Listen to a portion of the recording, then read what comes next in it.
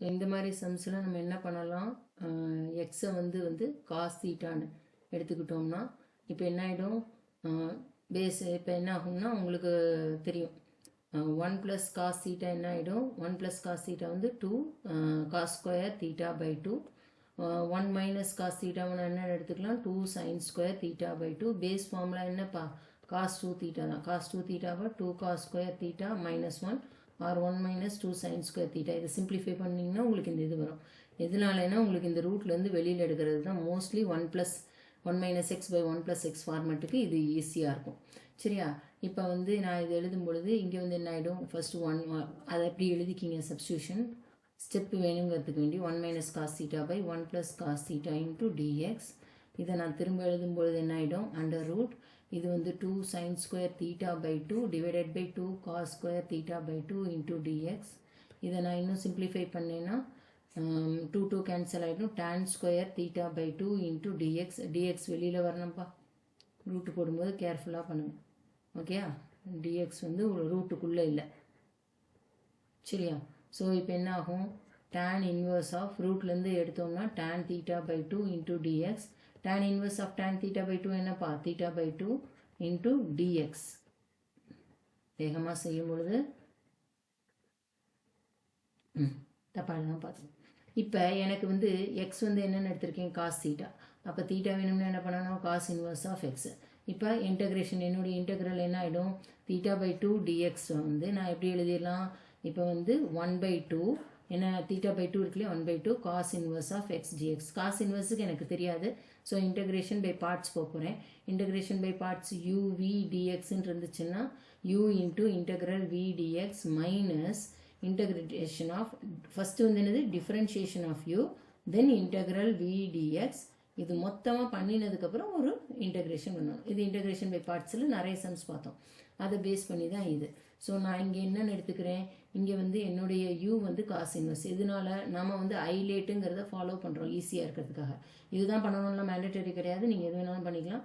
Inverse, logarithm, algebra, trigonometry, exponential. So அதனால் u வந்து cos inverse of x, விக்கு என்னப்பா இருக்குது ஜஸ்ட் 1/2 தான் இருக்குது. அதனால் நான் வந்து v வந்து ஸோ இப்போ நான் ஃபார்முலாவில் எழுதினேன்னா என்ன ஆகும், எனக்கு cos inverse of x integral half dx minus integral of d by dx of cos inverse of x. ஓகேயா, integral v dx என்ன ஆகிடும் 1/2 dx மொத்தமாக இன்டகிரேஷன் ஆகிடும்.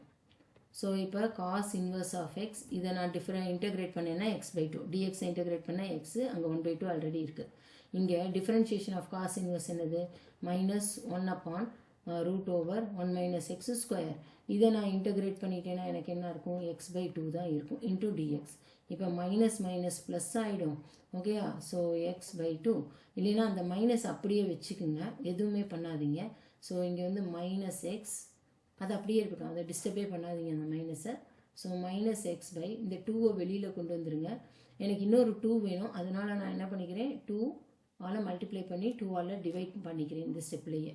So √1 - x square dx. எதனால் அப்படி பண்ணினேன்னா இப்போ t வந்து 1 - x ஸ்கொயர்னு வச்சேன்னா dt என்ன ஆகிடும் -2x dx ஆகிடும். அதனால தான் நான் அந்த மைனஸ் உள்ளே வைக்க சொன்னேன். இன்னொன்று எனக்கு 2x வேணும், எனக்கு வந்து மல்டிப்ளை அண்ட் டிவைட் பை 2, அப்போ எனக்கு ஈக்குவேஷன் சரியாயிடும். ஸோ இப்போ இது என்ன ஆகும், x cos inverse x divided by 2 -1/4. இது என்னென்னு எழுதிக்கலாம் dt பை √t. ஸோ √t-யை நம்ம இன்டகிரேட் பண்ணினோம்னா உங்களுக்கு வேல்யூ தெரியும். ஸோ இப்போ இது என்ன ஆகிடும் x/2 okay cos inverse of x -1/4. Okay, இந்த √t integral of 1/√t into dt எவ்வளோப்பா, சிம்பிள் தான், உங்களுக்கு தெரிஞ்சிருக்கும். t to the power half into dt, மேலே போகும்பொழுது t to the power -half plus 1 into -half plus 1. So it will be அது இப்போ என்ன ஆகும் உங்களுக்கு 2 into √t ஆகிடும் plus c. So x/2 cos inverse of x -1/2 √t என்னப்பா, it is nothing but நமக்கு என்ன எடுத்திருக்கோம் 1 - x square plus c under √1. இப்போ இந்த 1/2 வெளியில் எடுத்து எழுதுறதுனால எழுதலாம், இல்லைன்னா இதுதான் ஆன்சர். உங்களுக்கு பார்க்குறதுக்கு நல்லா இருக்கணும்னா 1/2 வெளியில் எடுத்துருங்க. வெளியில் எடுத்தோம்னா x cos inverse minus under root 1 - x square plus cன்னு இங்கே எழுதிக்கலாம், அவ்வளோதான். மற்றபடி எல்லாம் ஒரே சேம் ஆன்சர்.